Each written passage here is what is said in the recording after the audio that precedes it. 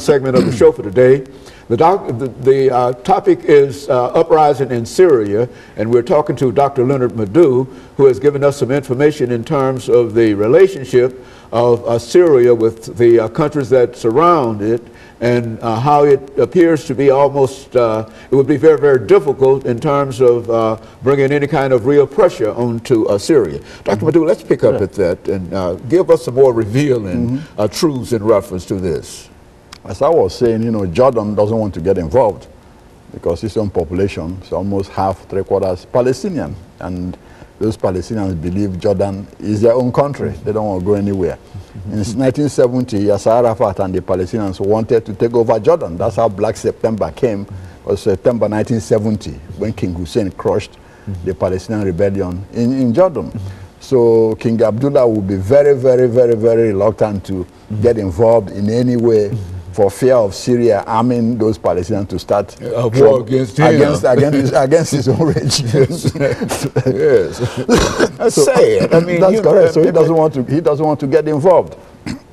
Now Iran is very close with Syria. They're the two closest partners in that part of the world. Ahmadinejad supports have Bashar Assad 100%, because like I said before, Bashar Assad is Alawite, the ruling class, which is an offshoot of Shiite. And the Shiites in Iran see them as the same, as part of their own. Part of their own. So they want to have what I might call a Shiite crescent in that part of the world. Shiites rule Iraq right now, So, the Iranians are fully in support of Bashar Assad. So if there's any conflict in Syria, expect Iran to help Syria financially and militarily to fight back. So that's very important. Now Iraq is now ruled by the Shiites.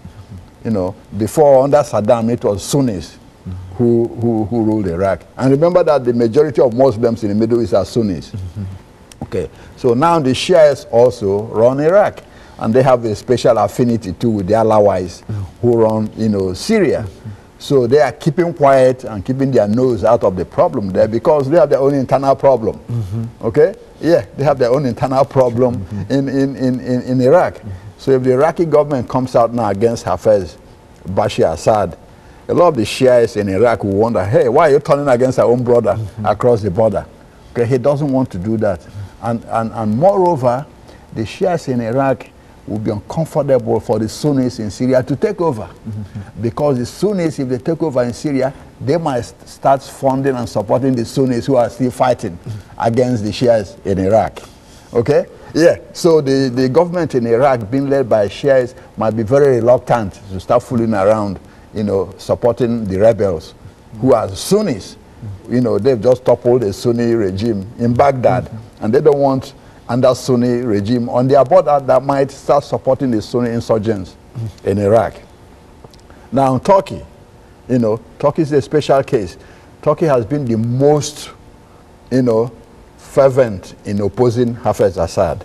They've given sanctuary to the Syrian National Council in Turkey, started arming them and all that. And in fact, their Prime Minister, Recep Tayyip Erdogan, has criticized Assad harshly. Open the borders to them. Exactly, open the border to the rebels to cross and all that. But what is happening is that Turkey has its own problem. Turkey has its own Shiite problem. The Alawites, who are in Syria, are also in Turkey. In Turkey. And then you have another group called the Alevis. The Alevis are an offshoot of Shiites too. Now what happened is that the Alevis and the Alawites have united, even though they were quarreling before, have united about 15 million strong of them in Turkey out of a population of 70 million. Now they say, okay, well, Erdogan, you are telling us, Assad, human rights and killing people. Now we want our own rights fully, like the ones you're supporting over there. Okay, so that's the trouble now. The Turkish government is coming up to those people are rebelling against them. Say we need the same full rights. You can't that you're trying to give over there. That you're talking over there. We don't have it here. Okay, and not only that, Turkey has had the Kurdish problem for long, like Iraq. You have Kurds in Syria.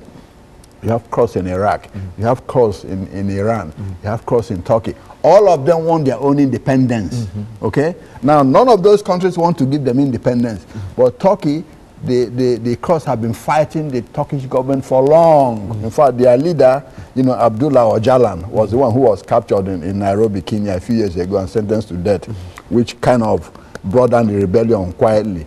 But the cross are still there looking for trouble. So the cause in Syria and the cause in Iraq and the cause, they might unite and start creating trouble. Or even Bashar Assad might start supporting the Kurds in Turkey to rise up against the government. So Turkey has its own problem. See, that's very important here to understand. That's why the war in Syria might, affect all the regions. Lebanon is a special case also. Like I said before, Lebanon has been under the tutelage of Syria for long. Syria does not recognize Lebanon as an independent country. And the Hezbollah is being armed to the teeth. It's the strongest guerrilla group in the Middle East. Now, it's being armed to the teeth by Iran through Syria. Arms come from Iran to Syria. Assad pushes it to Hezbollah. And so they use the Hezbollah as proxy to fight Israel. Syria won't go and fight Israel directly or Iran, but they use Hezbollah to fight Israel. They support them, give them